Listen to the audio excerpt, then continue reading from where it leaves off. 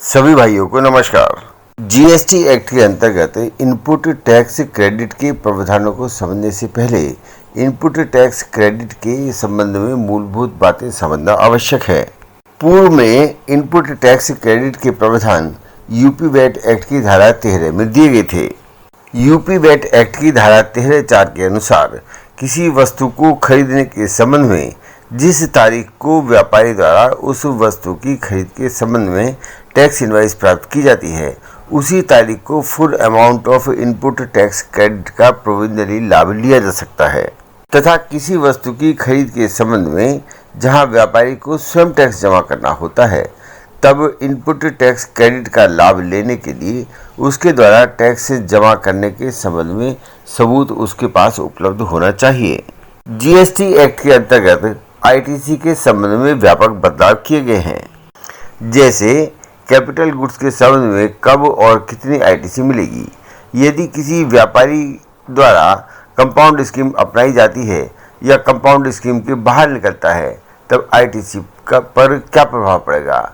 यदि किसी व्यापार के स्वामी का स्वर्गवास होता है और उसके लीगल हेयर या सक्सेसर द्वारा वह व्यापार चलाया जाता है, तब उसे किस प्रकार आईटीसी का लाभ मिलेगा आदि। इसी प्रकार किसी वस्तु या सर्विस की सप्लाई के समय या बाद में कोई डिस्काउंट दिया जाता है, तब यह समझने के लिए कि अलग अलग समय पर कब कब डिस्काउंट दिया गया, इस डिस्काउंट का आईटीसी पर क्या प्रभाव पड़ेगा, मेरे द्वारा एक अलग से वीडियो जारी किया गया है। आशा है कि मेरे द्वारा किया गया प्रयास आपके लिए लाभकारी होगा। मेरा आपसे नम्र निवेदन है कि यदि मेरा यह वीडियो आपको पसंद आया हो तो इसे सब्सक्राइब अवश्य कर दें तथा इसे लाइक एवं शेयर करने के बाद अपने दोस्तों में भी शेयर कर दें, ताकि आपके शेयर करने से हमें प्रोत्साहन मिलता रहे। मेरा आपसे यह भी अनुरोध है कि यदि आपका कोई सुझाव हो या इसमें कोई गलती पाई जाती है, तो उस सुझाव या गलती से हमें 9012631620 या 9837652179 पर अवश्य अवगत कराएं। आईटीसी का विषय काफ़ी लंबा विषय है, इसलिए मेरे द्वारा इस विषय को 3 भागों में बांटा गया है। Part first ITC allowed under GST act के संबंध में है तथा part second ITC allowed with restriction के संबंध में है तथा part third ITC blocked under GST act के संबंध में है।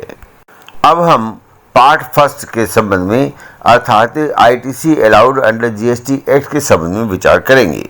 जीएसटी एक्ट के अंतर्गत इनपुट टैक्स क्रेडिट किसे कहते हैं, इसके लिए सेक्शन 263 के अनुसार input tax credit means credit of input tax तथा सेक्शन 262 के अनुसार input tax credit in relation to registered person means central tax, state tax, integrated tax और union territory tax charged on any supply of goods और service और both and includes in IGST charge on import of goods, tax payable under the provisions of section 9(3) and 9(4) of CGST Act as well as under SGST Act and UTGST Act, but it does not include tax paid under composition scheme तथा tax payable on reverse charge basis by recipient of under the provisions of section 5(3) and 5(4) of IGST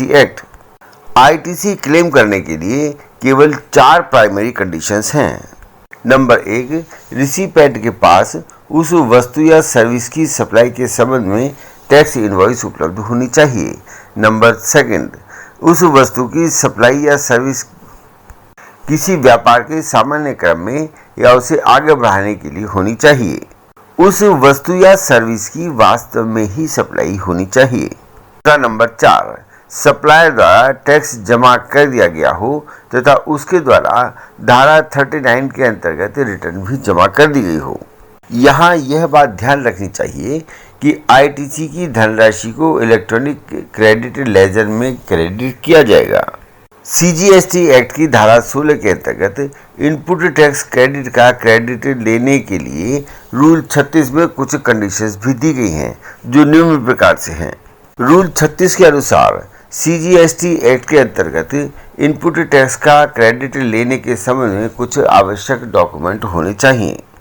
इस संबंध में circular number 47/2018 dated 8/6/18, circular number 48/2018 dated 14/6/18 तथा circular number 71/2018 dated 26/10/18 भी जारी किए गए हैं। कृपया इन सर्कुलर्स का अवलोकन करने का कष्ट करें।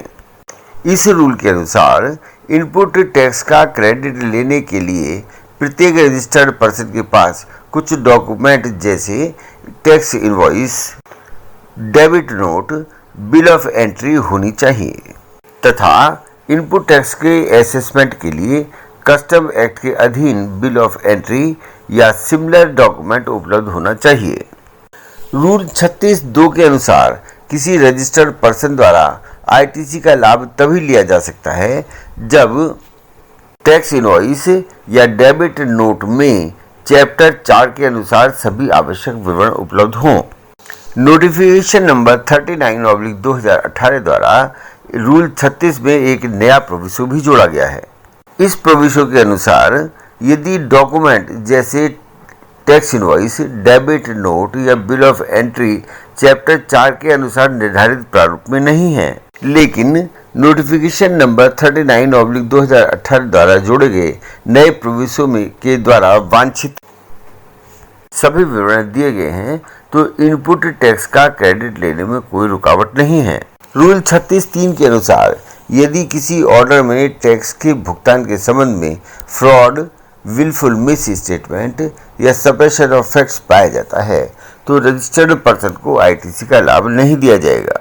नोटिफिकेशन नंबर 49/2018 डेटेड 9/10/19 द्वारा रूल 36 में एक नया सब रूल 4 जोड़ा गया, जिसके अनुसार यदि सप्लायर द्वारा इनवॉइस की डिटेल धारा 37(1) के अंतर्गत पोर्टल पर नहीं चढ़ाई जाती है तो ITC का लाभ 20% से अधिक नहीं मिलेगा।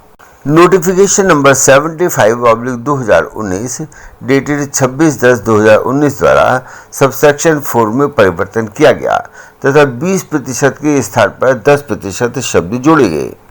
इसके साथ ही साथ नोटिफिकेशन नंबर 94/2020 द्वारा रूल 36A के बाद एक नया रूल 36B जोड़ा गया तथा क्रेडिट लेजर में उपलब्ध ITC का यूज करने के संबंध में यह प्रतिबंध लगाया गया कि जिन डीलरों की एक महीने में टर्नओवर 50 लाख या अधिक है उनके द्वारा इनपुट टैक्स क्रेडिट का लाभ 99% तक ही किया जा सकता है। अब हमें सेक्शन 16(2) के प्रावधानों के संबंध में भी विचार कर लेना चाहिए, क्योंकि सेक्शन 16(2) के प्रोविजन द्वारा यह प्रावधान किया गया है कि यदि रिसिपेंट द्वारा सप्लायर को 180 दिन के अंदर माल की कीमत व कर का भुगतान नहीं किया जाता है तो उतनी ITC का लाभ जो रिसिपेंट द्वारा लिया गया है वह धनराशि ब्याज सहित रिसिपेंट की आउटपुट टैक्स लायबिलिटी में जोड़ दिया जाएगा। इसके थर्ड प्रोविजन के अनुसार यदि रिसिपेंट द्वारा माल की कीमत व टैक्स का भुगतान 180 दिन के बाद कर दिया जाता है तो रिसिपेंट द्वारा इनपुट टैक्स क्रेडिट का लाभ लिया जा सकता है। ITC के संबंध में आप लोगों का ध्यान कुछ न्याय निर्णय की ओर भी आकर्षित किया गया है, जिसका अवलोकन करने का कष्ट करें। अब हम कैपिटल गुड्स पर ITC के प्रावधानों के संबंध में विचार करेंगे। GST एक्ट की धारा 16(3) के अनुसार इनकम टैक्स एक्ट के अंतर्गत कैपिटल गुड्स, प्लांट एवं मशीनरी पर डेप्रिसिएशन लेने का प्रावधान है। इसके लिए कैपिटल गुड्स, प्लांट एवं मशीनरी की कॉस्ट प्राइस को अलग तथा कैपिटल गुड्स, प्लांट, मशीनरी पर दिए गए GST अमाउंट को अलग रखना चाहिए। कैपिटल गुड्स, प्लांट और मशीनरी की कॉस्ट प्राइस के संबंध में डेप्रिसिएशन लेने के संबंध में कोई रुकावट नहीं है, परंतु यदि कैपिटल गुड्स, प्लांट और मशीनरी पर दिए गए जीएसटी अमाउंट पर भी डेप्रिसिएशन ले लिया गया है तो जीएसटी अमाउंट पर आईटीसी नहीं मिलेगी, अन्यथा यह एक ही अमाउंट पर डबल बेनिफिट लेना कहलाएगा। जीएसटी एक्ट के रूल 36 के सब रूल 4 को स्पष्ट करने के लिए सर्कुलर नंबर 16/2017 डेटेड 15/11/2017 जारी किया गया है। कृपया इस सर्कुलर का भी अवलोकन करने का कष्ट करें। अब यह देखना है कि आईटीसी को सेक्शन 49 के सबसेक्शन 5 के अंतर्गत किस क्रम में उपयोग किया जाएगा। क्रेडिट ऑफ आईटीसी को यूटिलाइज करने का तरीका सेक्शन 49 के सबसेक्शन 5 में दिया गया है। इस सेक्शन के अंतर्गत अमेंडमेंट एक्ट 2018 द्वारा संशोधन किया गया है तथा इस अमेंडमेंट के द्वारा आईटीसी को यूटिलाइज करने का क्रम ही बदल गया है। इसे स्पष्ट करने के लिए सर्कुलर नंबर 98/2019 डेटेड 23/4/2019 जारी किया गया तथा एक उदाहरण के द्वारा आईटीसी लेने का तरीका भी समझाया गया है। कृपया इस सर्कुलर का भी अवलोकन करने की कृपा करें, अन्यथा यह वीडियो बहुत लंबा हो जाएगा। मेरे द्वारा इसी वीडियो के पेज नंबर 8 एवं पेज नंबर 9 पर सर्कुलर के माध्यम से उदाहरण के द्वारा क्रेडिट ऑफ आईटीसी को यूटिलाइज करने के तरीके का वर्णन किया गया है। इस उदाहरण में आईटीसी यूटिलाइज करने के 2 तरीके दिए गए हैं। इसे देखने के लिए मेरे द्वारा ब्लॉग के लिंक का इस वीडियो के डिस्क्रिप्शन बॉक्स में दिया गया है। कृपया ब्लॉग के लिंक से भी पेज नंबर 8 व 9 पर दिए गए तथा सर्कुलर के माध्यम से उदाहरण के द्वारा क्रेडिट ऑफ आईटीसी को यूटिलाइज करने के तरीके का अवलोकन करने का कष्ट करें। अब यह देखना है कि ट्रांसफर ऑफ बिजनेस की स्थिति में आईटीसी पर क्या प्रभाव पड़ेगा। ट्रांसफर ऑफ बिजनेस के संबंध में आईटीसी के प्रावधान सेक्शन 18(3) में दिए गए हैं। इसके अनुसार यदि sale, merger, demerger, amalgamation, sale of lease और ट्रांसफर के द्वारा बिजनेस का ट्रांसफर हुआ है, तब कुछ आवश्यक शर्तों को पूरा करने पर अनयूटिलाइज्ड आईटीसी को ट्रांसफर किया जा सकता है। ये आवश्यक शर्तें निम्न प्रकार से हैं। ए, किसी रजिस्टर्ड पर्सन के कॉन्स्टिट्यूशन में परिवर्तन होना चाहिए। बी, कॉन्स्टिट्यूशन में परिवर्तन सेल, मर्जर, डीमर्जर या एमलगमेशन के द्वारा या ट्रांसफर ऑफ बिजनेस अर्थात चेंज ऑफ ओनरशिप के द्वारा होना चाहिए। सी, चेंज ऑफ कॉन्स्टिट्यूशन की स्थिति में एक विशिष्ट प्रावधान ट्रांसफर ऑफ लायबिलिटी के बारे में भी होना चाहिए। तथा डी, कॉन्स्टिट्यूशन में परिवर्तन में एक विशिष्ट प्रावधान ट्रांसफर ऑफ लायबिलिटी के बारे में ट्रांसफरकर्ता द्वारा प्रैक्टिसिंग चार्टर्ड अकाउंटेंट द्वारा सर्टिफिकेट भी जमा करना चाहिए, जिसमें प्रैक्टिसिंग चार्टर्ड अकाउंटेंट द्वारा यह सर्टिफाई किया जाएगा कि sale, merger, demerger, transfer of business by change in ownership को एक विशिष्ट प्रावधान के द्वारा किया गया है, अर्थात transfer of liability has been done with specific provision for transfer of liability. Section 18(2) के प्रावधानों के अनुसार इनवॉइस जारी करने के 1 वर्ष के बाद आईटीसी का लाभ नहीं लिया जा सकता। ट्रांसफर ऑफ बिजनेस के संबंध में सर्कुलर नंबर 96/2019 डेटेड 28/3/2019 जारी किया गया है। कृपया इस सर्कुलर का भी अवलोकन करने का कष्ट करें। अब हम कुछ स्पेशल सर्कमस्टांसेस में आईटीसी के प्रावधान के संबंध में विचार करेंगे। किसी विशेष परिस्थिति में आईटीसी को निम्न प्रकार से क्लेम किया जा सकता है, जैसे जब कोई व्यक्ति धारा 18(1) या धारा 25(3) के अंतर्गत रजिस्ट्रेशन की लायबिलिटी शुरू होने के 30 दिन के अंदर रजिस्ट्रेशन हेतु आवेदन करता है तथा उसे रजिस्ट्रेशन भी प्रदान कर दिया जाता है, तब वह stock, semi finished, finished goods पर आईटीसी लेने का हकदार होगा। दूसरा सर्कमस्टांस, जब कोई व्यक्ति कंपोजिशन स्कीम से बाहर आने का विकल्प चुनता है तो वह स्टॉक, सेमी फिनिश्ड या फिनिश गुड्स पर भी आईटीसी लेने का हकदार होगा। परंतु शर्त यह है कि कैपिटल गुड्स पर आईटीसी में परसेंटेज पॉइंट की दर से आईटीसी कम हो जाएगी। तीसरी circumstance, when exemption to supply of goods and service को विड्रॉ कर लिया गया हो।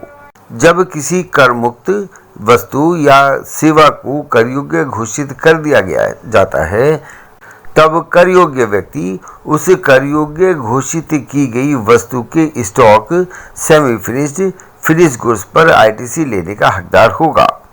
परंतु यहाँ भी यही शर्त है कि कैपिटल गुड्स पर आईटीसी में परसेंटेज पॉइंट की दर से कमी हो जाएगी। अब प्रश्न यह उठता है कि कैपिटल गुड्स पर परसेंटेज पॉइंट की दर से आईटीसी रिड्यूस करने का क्या प्रोसीजर है।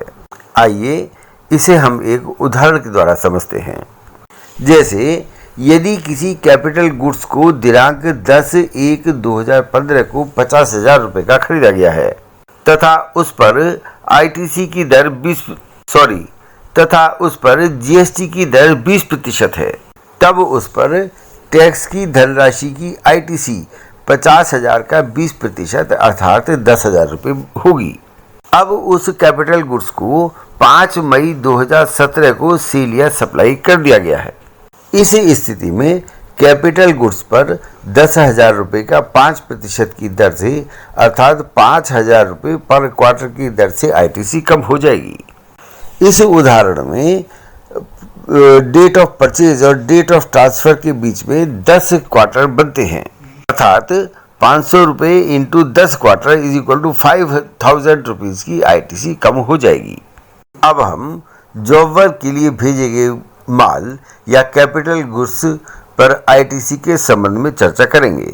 सेक्शन 268 के अनुसार अर्थात सेक्शन 2 का सबसेक्शन 68 के अनुसार जॉब वर्क का अर्थ छुटपुट कार्य से है, अर्थात जब किसी व्यक्ति द्वारा किसी रजिस्टर्ड व्यक्ति के माल पर कोई ट्रीटमेंट किया जाता है तो उसे जॉब वर्क कहते हैं। सेक्शन 143 के अनुसार जॉब वर्क के लिए भेजने वाले व्यक्ति को प्रिंसिपल तथा जॉब वर्क करने वाले व्यक्ति को जॉब वर्कर कहा जाता है। सेक्शन 19 के सबसेक्शन 1 के अनुसार कुछ शर्तों के अधीन प्रिंसिपल द्वारा जॉब वर्क करने वाले व्यक्ति को भेजे गए माल पर आईटीसी की लाभ लिया जा सकता है।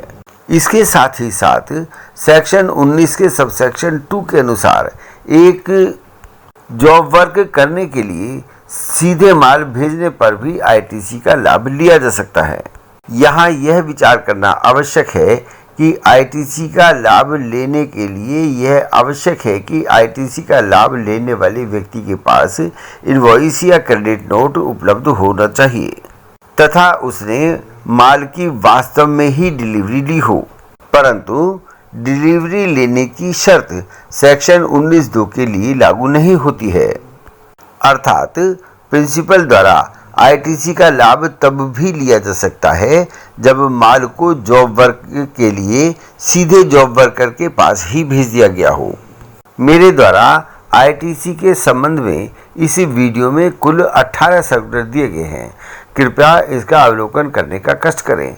इसके लिए ब्लॉग का लिंक भी वीडियो के डिस्क्रिप्शन बॉक्स में दिया गया है।